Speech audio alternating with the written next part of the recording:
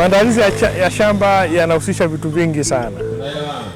Kabla mkulima hajaandaa shamba ni lazima aweze kufahamu ni aina gani ya mbegu ambayo anaenda kuitumia kwenye shamba lake. Akishafahamu aina ya mbegu, lakini pia ni lazima mkulima afahamu chanzo sahihi cha hiyo mbegu, anaenda kuipata wapi. Baada ya hapo ndipo mkulima afikirie namna ya kuandaa shamba lake vizuri.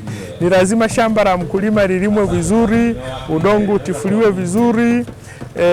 Baada ya kuwa ameliandaa vizuri, kama lina nyasi nyingi, tunamshauri pia mkulima kutumia viuatilifu kama Roundup 360 ambayo inatolewa na inazalishwa na kampuni ya Bayer na inasambazwa nchi nzima kwenye maduka ya pembejeo. Akishaandaa shamba lake vizuri na Roundup 360, basi mkulima anaenda analima shamba lake vizuri na linakuwa vizuri na linakuwa tayari kwa kupanda mbegu.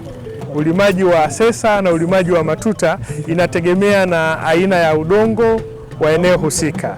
Ni vizuri mkulima apate ushauri kutoka kwa mabwana shamba wetu, ni mfumo upi wa kilimo utafaa kwenye eneo lake kutegemea na aina ya udongo ambao unapatikana kwenye shamba lake. Lakini njia zote kwa sesa, kwa matuta ni njia ambazo zinafaa kwa ajili ya kilimo cha mahindi. Shamba langu huwa naandaa mimi huwa nalima shamba la kukodisha. Kwa hiyo huwa naanza kuandaa shamba kuanzia mwezi wa 5 wa 6, ni kipindi ambacho unaweza ukapata mashamba mazuri ambayo yenye rutuba.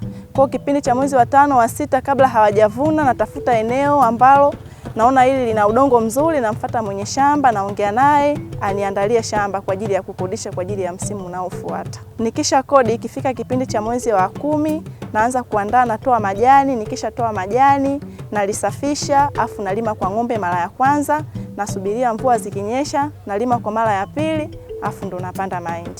Wakati wa kuandaa shamba ni mara baada ya mavuno. Hakikisha unaandaa shamba lako linakaa standby, linakuwa safi. Na kama kuna uwezekano, kama kuna magugu yale makorofi, huwa tunashauriwa unaweza kutumia trekta au kitu kingine ukaua yale magugu, ili msimu unapokuja magugu yasiwepo shambani kwako.